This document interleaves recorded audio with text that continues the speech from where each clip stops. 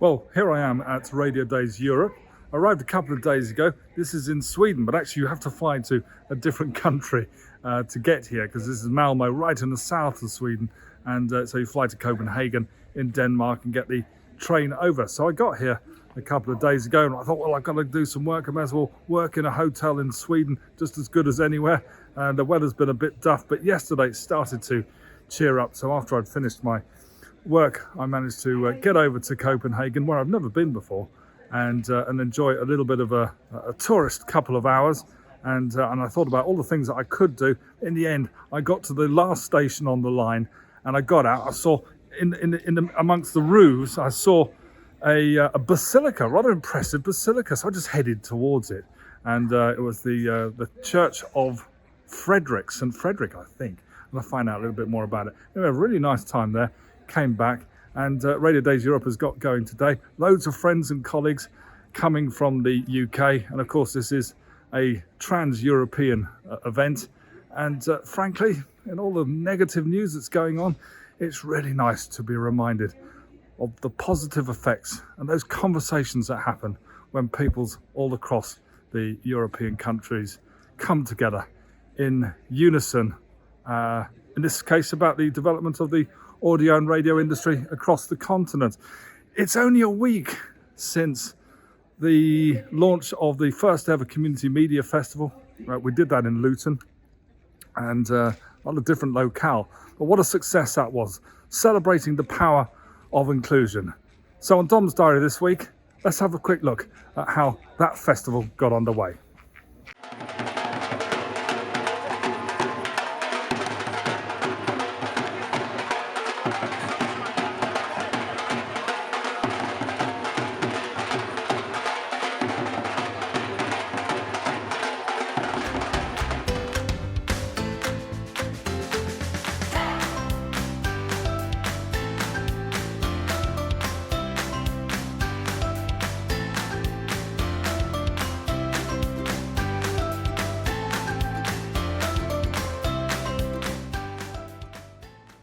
There were so many different sessions at the festival. It was absolutely awesome. From Stephanie Hurst talking about Achieve, Believe, and who better really to give the story of the power of inclusion than Steph. So many others as well. Now, one of the things I was really excited to do as chair of the CMA, but also leading the Summer Valley Education Trust, was to announce that that charity has become Sound Vision and will be known as Sound Vision going forward.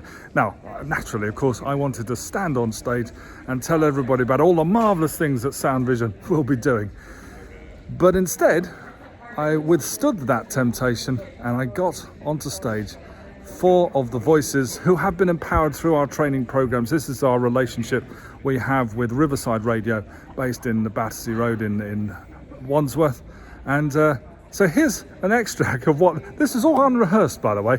These kids came on stage with their 2 really impressive trainers, Fayon and Wayne, and they just said some stuff that you couldn't have scripted better, really. Here's a little soup song. Well, at first, I didn't really tell my friends that I was doing this, but then after a while I thought, yeah, I go radio every Saturday, so I told them, and now most of them actually wanna join us now.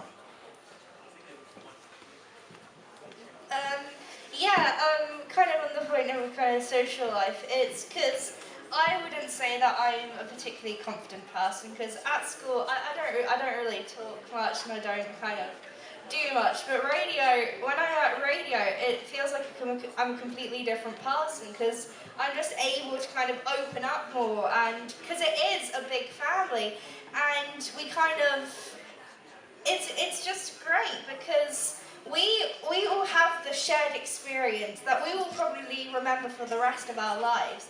And it just, radio and just kind of any type of media is great for kind of confidence boosting, because look, I'm talking to a large amount of people here, and you know, it's just, confidence is one of the main things that starts a career. Like what other people were saying before, if you don't stand out in an application, you're probably not going to get a job.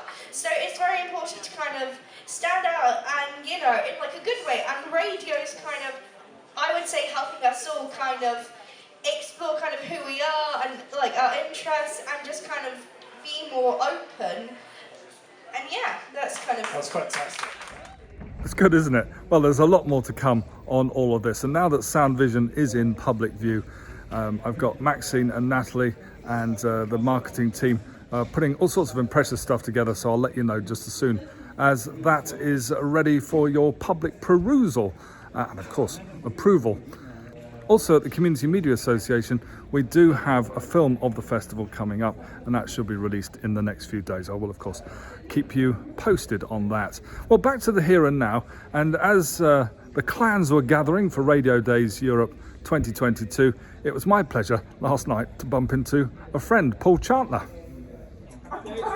Well, here's a familiar face. Hello, Paul. How are you doing? Hi there, Dom. It's good to be here. This is my first time at a Radio Days event. I've never been to one before, and I hear great things about it. I hear there are hundreds of people coming from all over Europe and indeed the rest of the world, so I'm really looking forward to it. The reason I decided to come is there's a podcast summit tomorrow, which is going to be very interesting for us at Podcast Radio.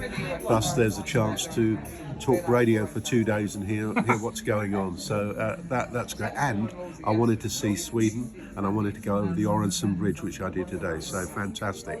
Yeah, me, same here. Just whilst I got you, Paul, you're also involved with Fix Radio.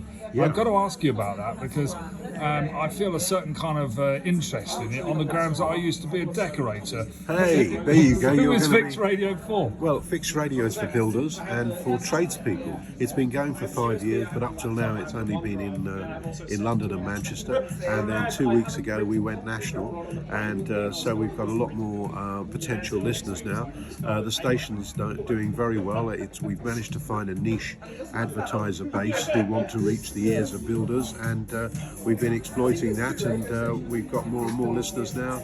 We've got a new breakfast team called the Ball Builders, who are very, very funny, and they are builders. They're real builders that we've helped and trained to be DJs and presenters, and they sound great. And we've got high hopes for Fix Radio UK. I love that idea of the audience becoming the presenters. So good luck with that. Thanks, nice to Dom. see you. I believe in this part of the world they say scowl. Is that right? Scowl. Great chatting to Paul there, who's an expert on legal and compliance in the media.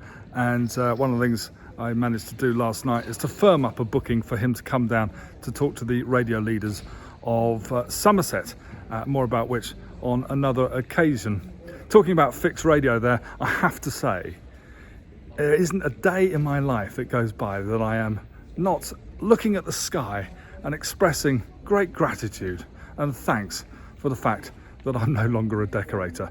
And on that bombshell, as someone else might say, let's leave it there for Dom's Diary this week. I'll be back here very soon, though. Catch you then. In the meantime, I think Sam Bailey from the Radio Academy is about to talk, so I'm off to see him.